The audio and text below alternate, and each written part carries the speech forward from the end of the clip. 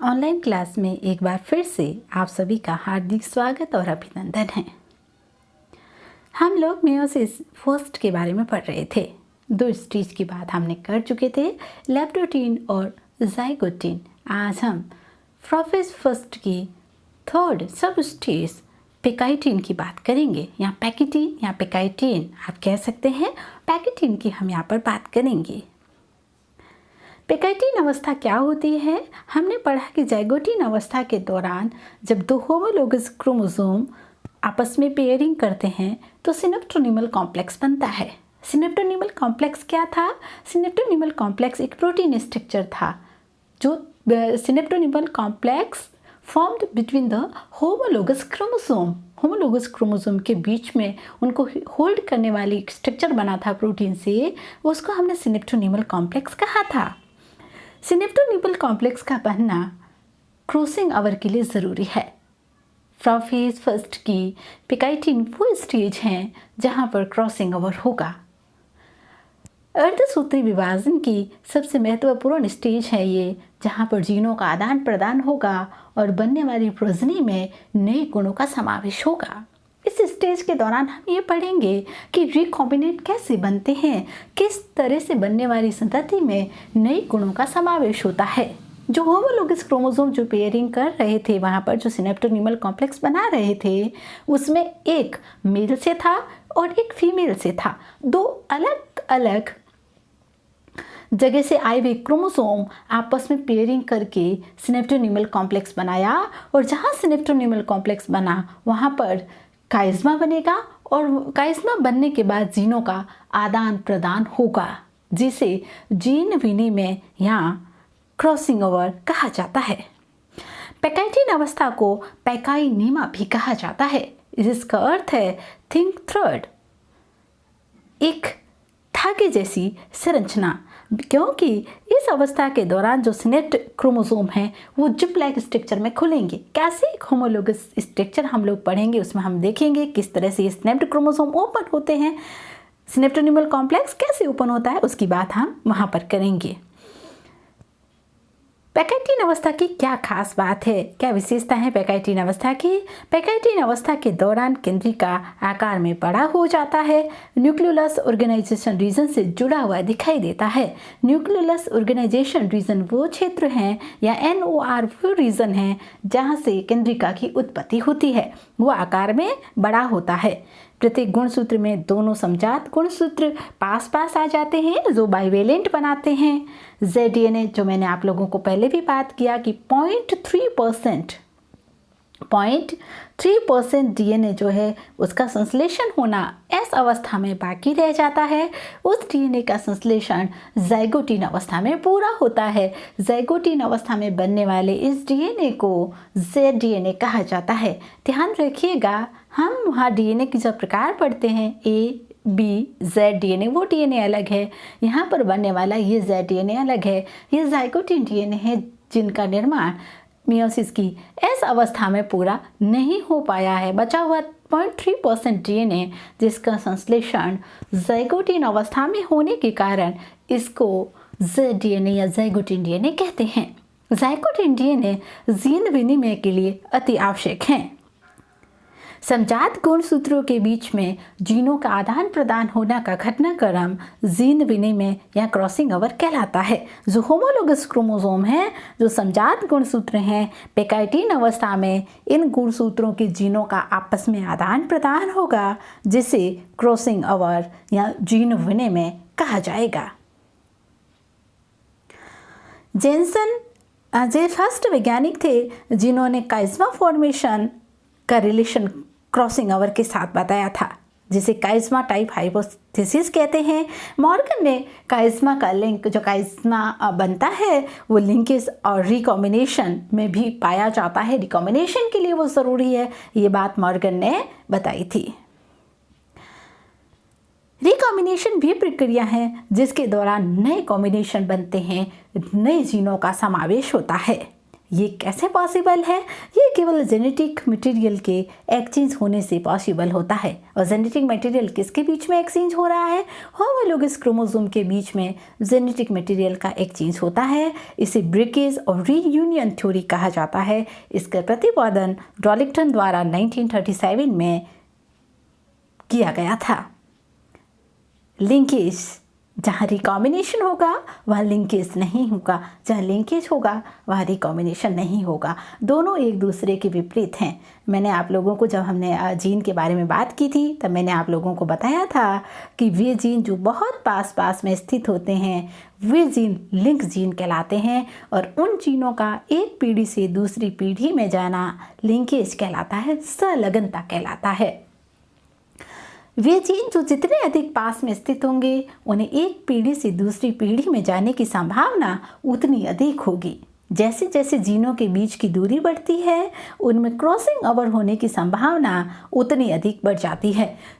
जितनी अधिक दूरी होगी जीनों में, उन जीनों में क्रॉसिंग ओवर उतना अधिक होगा। अधिकतम क्रॉसिंग ओवर होने का जो प्रतिशत है वो 50% है। Maximum crossing over limit 50%, less than 50% होगा। 50% से अधिक क्रॉसिंग ओवर नहीं होगा। तो यहाँ ये शब्द आया है लिंकेज, इसका ध्यान में रखिएगा कि जो जीन जितने अधिक पास में स्थित होते हैं उनमें रिकॉम्बिनेशन होने की संभावना उतनी कम होती है। जीनों के बीच में दूरी जितनी अधिक होगी उनमें रिकॉम्बिनेशन होने की, उनमें जीन विनिमय होने की, क्रॉसिंग ओवर होने की संभावना उतनी अधिक होगी। जेनसन ने 1999 में सिद्ध किया कि होमोलोगस क्रोमोसोम के नॉन सिस्टर क्रोमेटिड्स के बीच में जीनों का आदान प्रदान होकर हाइब्रिड डीएनए बनता है, संकर डीएनए बनता है।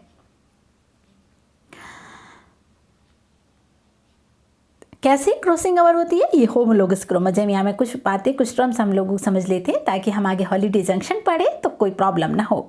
ये होमोलोगस क्रोमोसोम है, यानी वे क्रोमोसोम दो अलग अलग पेरेंट्स से आए हैं। एक मेल से आया है, एक फीमेल से आया है। दोनों अलग अलग पेरेंट्स से ये क्रोमोसोम आए हैं। इनके बीच में सिनेप्टोनीमल कॉम्प्लेक्स बनेगा। यहाँ पर सिनेप्टोनीमल प्रोटीन लाइक स्ट्रक्चर था जो इन दोनों को होल्ड करके रखता है, उसको हम सिनेप्टोनीमल कॉम्प्लेक्स कहते हैं। और जहाँ एक्स जैसा ये साइन बन रहा है इसको हम काइज़्मा कहेंगे।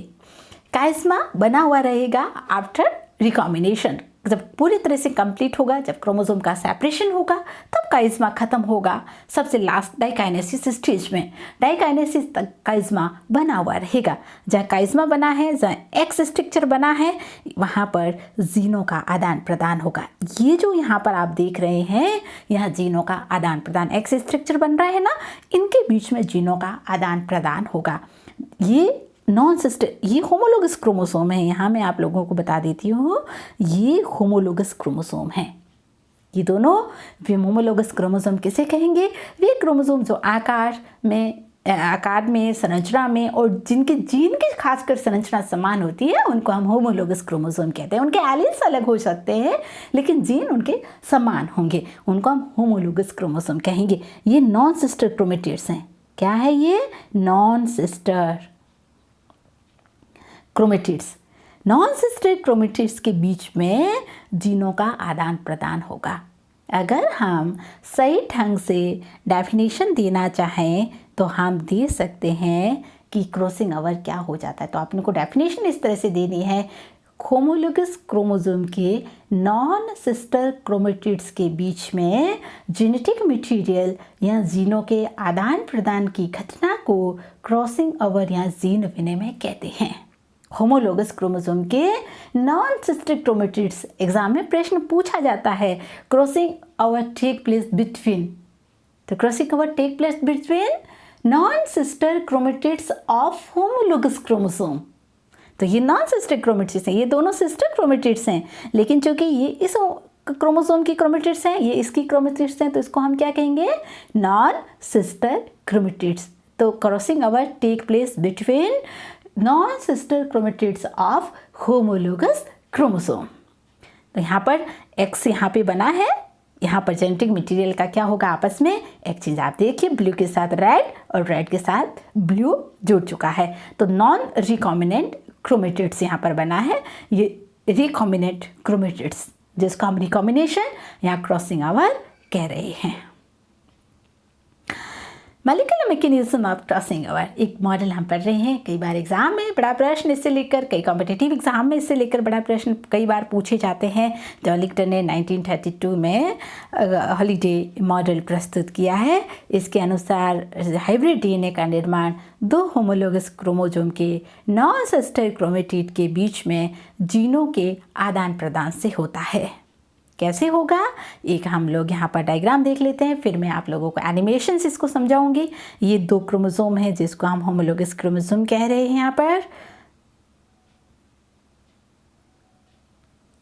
यहाँ पर ये जो नॉन सिस्टर क्रोमेटिड्स हैं, सबसे पहले नॉन सिस्टर क्रोमेटिड्स के जो सिंगल स्ट्रैंड है में निक लगेगा, यानी इसका एक सिंगल स्ट्रैंड, इस तरह का ये डीएनए है ना, तो इसमें यहाँ निक लगेगी और यहाँ पर इसमें निक यानी कट। दो नॉन सिस्टर क्रोमेटिड्स में आपस में क्या लगता है, कट लगता है। कट लगने के बाद क्या होगा, जहाँ कट लगेगा उसके बाद वो जो जहाँ कट लग गया वो एक्सचेंज होगा। जैसे ये यहाँ कट लगा और यहाँ पर ये कट लगा, तो इनमें एक्सचेंज, ये इसकी तरफ ऊपर वाला खंड नीचे और नीचे वाला खंड ऊपर की ओर मूवमेंट करेगा। इनके बीच में जेनेटिक मटेरियल का एक्सचेंज होगा, तो ये होगा। उसके बाद लाइगेज एंजाइम की उपस्थिति में न्यूक्लियोटाइड का एडिशन होगा और ये जो कट होगा वो सील हो जाएगा, रिपेयरिंग हो जाएगी डीएनए की, है ना, वो रिपेयरिंग हो गई। रिपेयरिंग होने के बाद जो ये जो यहाँ जंक्शन बना है ना, इस तरह का ये जो जंक्शन यहाँ पे बनता है, ये जो इस तरह का जंक्शन बना है, बिल्कुल इस तरह का, इस तरह का जो ये जंक्शन बना है इसको कहते हैं हॉलिडे जंक्शन। जहाँ दो अलग अलग सिस्टर नॉन सिस्टर क्रोमेटिड के बीच में जो एक्सचेंज हो रहा है, सेगमेंट एक्सचेंज हो रहा है और वो जो जंक्शन बन रहा है, उस जंक्शन को हॉलिडे जंक्शन कहेंगे। अब हॉलिडे जंक्शन जो बना है, उस हॉलिडे जंक्शन में 180 डिग्री पर रोटेशन होगा। ये जो मॉडल बना है ये 180 डिग्री पर घूम जाएगा। घूमने पर दो तरह से कट हो सकते हैं। एक ये यहाँ दो तरह के कट, कैसे, यहाँ डायग्राम में देखो, मैं बता रही हूँ कि दो तरह के कट। जैसे ये कोई डीएनए यहाँ पे हम देख लेते हैं, ये जंक्शन बना है, मान लो कि ये यहाँ पर एक्सचेंज हो गया। एक कट ऐसा हो सकता है लंबवत और एक इस तरह से कट हो सकता है, तो दोनों तरह से कट हो सकते हैं। कट होने के बाद ये फिर से 180 डिग्री पर रोटेट करेगा और हाइब्रिड डीएनए या संकर डीएनए का निर्माण करेगा। जो हाइब्रिड डीएनए बनेगा उसमें दोनों पेरेंट्स के गुणों का समावेश होगा। इसको ही हम क्रॉसिंग ओवर कहते हैं।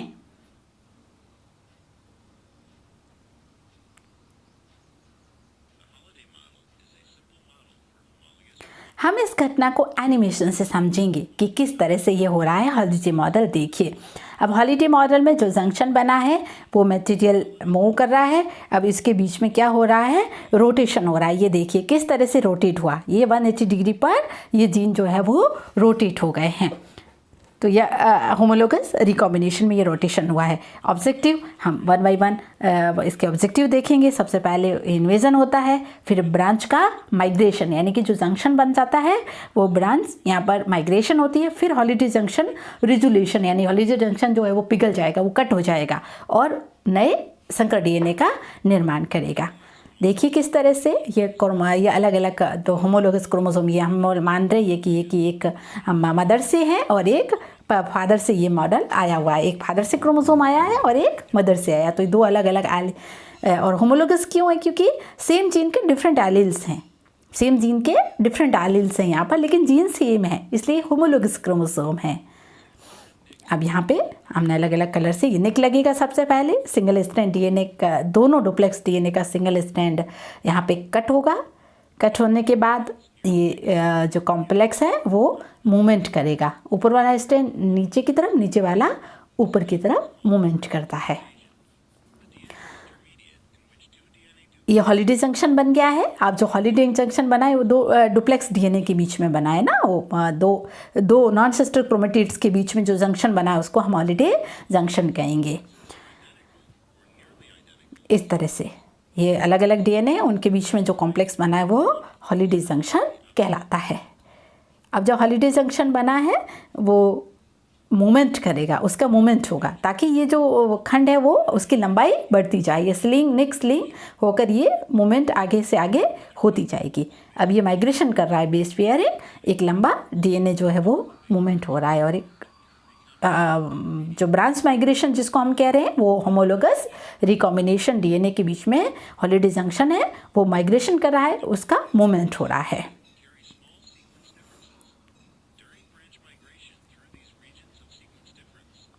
The holiday junction move, holiday junction यहाँ पर मूव कर रहा है। जो सीक्वेंस बेस पेयरिंग जो सीक्वेंस होगी, जो मिसमैच होगा, वो आपस में बेस पेयरिंग नहीं करेगा, उसमें रिपेयरिंग होकर जो मैच वाले सीक्वेंस है उनके बीच में हाइड्रोजन बॉन्डिंग होगी। अब जो जंक्शन बना है वो उसका क्लीवेज होगा, यूनियन होगी। अब ये 180 डिग्री पर क्या हो गया है, रोटेट हो गया है। जो हाइब्रिड डीएनए बना है ना, हाइब्रिड डीएनए 180 डिग्री पर ये रोटेशन हो गया। रोटेशन होने के बाद दो तरह से लिंक हो सकते हैं, मैंने बताया ना, एक इस तरह से और एक इस तरह से। अब एक टीएस और एक ट्रांसफर सेक्शन इसका हो सकता है, एक लॉन्गिट्यूडली सेक्शन हो सकता है। अगर ये लॉन्गिट्यूडली होगा तो ये यहाँ से देखें आप कट रहा है, अब कटेगा यहाँ से इस तरह से। ये फर्स्ट हमने दिखाया है, फर्स्ट स्टेप में कट रहा है ये यहाँ पे। कटने के बाद इसकी रीयूनियन होगा, यानी कि लाइगेज एंजाइम इसको स्लिंग कर देगा, स्लिंग करेगा तो ये वापस से अब देखना 180 डिग्री पे रोटेट हो गया है।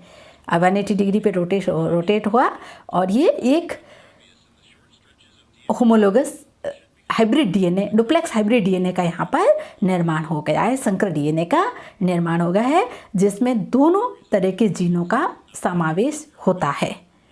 ये पैरेंटल है और ये यहाँ पर जो बना है वो हेट्रोडुप्लेक्स डीएनए है, और ये बीच में वापस क्रॉसिंग ओवर यहाँ पर हुआ है, तो ये हेट्रोडुप्लेक्स, यहाँ पर ये क्रॉसिंग ओवर हुआ है, यानी सेगमेंट्स हैं उनका क्या हुआ है, एक्सचेंज हुआ है। अब ये इस तरह से कट होता है तो इस तरह का डीएनए बनेगा। अगर ये टीएस कट होता है, इसका ट्रांसवर्स सेक्शन में अगर ये कट होता है तो किस तरह से बनता है देख लीजिए। निक होगा, सबसे पहले कटेगा, एंडोन्यूक्लियस एंजाइम यहाँ पर है, डीएनए एंडोन्यूक्लियस एंजाइम यहाँ पर जो होगा वो कट करेगा, एंडोन्यूक्लियस एंजाइम बॉन्ड है उनको ब्रेक कर देगा, कट उत्पन्न करेगा। फिर वही 180 डिग्री पर क्या होगा, उसका रोटेशन होगा, 180 डिग्री पर ये रोटेशन होकर ये नया रिकॉम्बिनेंट डीएनए बन गया है। यह हेट्रोडुप्लेक्स डीएनए बना है और ये पैरेंटल डीएनए यहाँ पे इस तरह से कट होने से ये डीएनए यहाँ पर बनता है। तो क्या हुआ था, हमने देखा कि दो तरह से सीलिंग जो अपने अभी हम लोग देख रहे थे एनिमेशन, जिसमें दो तरह से कट हुआ था, एक लॉन्गिट्यूडली और एक ट्रांसफर का सेक्शन कटिंग। तो दोनों में अलग अलग तरह के हाइब्रिड डुप्लेक्स डीएनए का निर्माण हुआ था। चूंकि यहाँ पर ये मेजर जंक्शन बन रहा है, यहाँ पर बीच में एक मेजर जंक्शन बन रहा है जहाँ पर सेगमेंट का एक्सचेंज हो रहा है, वहाँ पर जो जंक्शन बनता है उसको हम क्या कहते हैं, हॉलिडे जंक्शन उसको कहा जाता है। तो डुप्लेक्स डीएनए के बीच में जो जंक्शन बन रहा है उसको हम क्या कहेंगे, उसको हम हॉलिडे जंक्शन कहेंगे। इस तरह से जो जंक्शन यहाँ पर बनेगा, इस जंक्शन को हम क्या कहेंगे, हॉलिडे जंक्शन कहेंगे। इसी कारण इसका नाम हॉलिडे जंक्शन मॉडल रखा गया है। तो फिर से एक बार एनिमेशन आपने देख लिया, डबल स्टैंड, सबसे पहले एक सिंगल स्टैंड में निक होगा, फिर दोनों ऑपोजिट जो बेस पेयर से कॉम्प्लीमेंट्री बेस पेयर के जो मॉलिक्यूल्स हैं वो एक दूसरे की तरफ मूवमेंट करेंगे, उसके बाद आपस में जुड़ेंगे, जुड़ने के बाद जो हॉलिडे जंक्शन है वो मूवमेंट करेगा, उसकी मूवमेंट करने के बाद आपस में स्लिंग होगी, बेस पेयरिंग होगी, कॉम्प्लीमेंट्री बेस पेयर आपस में पेयरिंग करेंगे, उसके बाद हॉलिडे जंक्शन बनेगा, फिर 180 डिग्री पर रोटेशन होगा। रोटेशन होने के बाद जो है हाइब्रिड डीएनए, डुप्लेक्स डीएनए बना है, उसमें दो तरह से कट उत्पन्न होंगे। कट उत्पन्न होने के बाद नया हाइब्रिड डीएनए बनेगा, जिसमें दोनों पेरेंट्स के कैरेक्टर होंगे। आधे कैरेक्टर उसमें मदर से और आधे फादर से आकर एक नया हाइब्रिड डीएनए बनेगा। तो ये क्रॉसिंग ओवर होना मियोसिस की सबसे महत्वपूर्ण घटनाक्रम है। और ये कब संपन्न होता है, प्रोफेज फर्स्ट की पैकाइटिन स्टेज में। मियोसिस की पैकाइटिन स्टेज में, सब स्टेज होती है पैकाइटिन, उसमें क्रॉसिंग ओवर की घटना होती है। जीन विनिमय का क्या महत्व है, हम सब लोग मैंने बता ही दिया। जीन विनिमय के दौरान नए गुणों का समावेश होता है, नए रिकॉम्बिनेंट बनते हैं, उसमें नए गुणों का समावेश होता है और इस दौरान काइज़्मा बनता है। काइज़्मा ज़रूरी, काइज़्मा का मतलब जहाँ से एक्स, ये जो आपस में जुड़े हुए रहेंगे दोनों क्रोमोसोम, जहाँ से मैट्रिलियर का एक्सचेंज होगा उसको हम काइज़्मा कहते हैं। पास पास स्थित जीनों में क्रॉसिंग ओवर की फ्रिक्वेंसी कम होती है। मैंने बता ही दिया आप लोगों को कि जो जीन लिंकेज होंगे, यानी कि जो लिंकेज हैं, जो जितने पास में होते हैं उनमें क्रॉसिंग ओवर होने की संभावना उतनी ही कम होगी। जो क्रोमोसोम, जो जिन जीनों के बीच में दूरी जितनी अधिक होगी, क्रॉसिंग ओवर होने की संभावना उतनी अधिक रहेगी। क्रॉसिंग ओवर कैसे पूरी प्रक्रिया होती है, इन सब स्टेज में हमने क्या देखा। ज़ाइगोटिन अवस्था में क्रोमोसोम डुप्लेक्स आपस में आते हैं, क्रोमोसोम डुप्लेक्स बनता है। पैकाइटिन अवस्था, जिसको हम सिनोप्टिनिमल कॉम्प्लेक्स कहते हैं, वो ज़ाइगोटिन अवस्था में बनता है। पैकाइटिन अवस्था में क्रॉसिंग ओवर हो रहा है। पैकाइटिन अवस्था में यहाँ पर क्या होगा, क्रॉसिंग ओवर होगा। पैकाइटिन अवस्था में क्रॉसिंग ओवर होता है, यहाँ सिनेप्टोनिमल कॉम्प्लेक्स बनता है। और डिप्लोटिन अवस्था, जो मैं अगले वीडियो में आपको समझाऊंगी, वहाँ पर काइज़्मा बनेगा। और एनाफेज अवस्था में क्रॉसिंग ओवर कंप्लीट होकर क्रोमोसोम सेपरेट हो जाएंगे एनाफेज फर्स्ट में। और मियोसिस आगे, एनाफेज के बाद मेटाफेज, एनाफेज और टीलोफेज के बाद एक डॉटर सेल से एक पेरेंट सेल से दो डॉटर सेल का निर्माण हो जाएगा।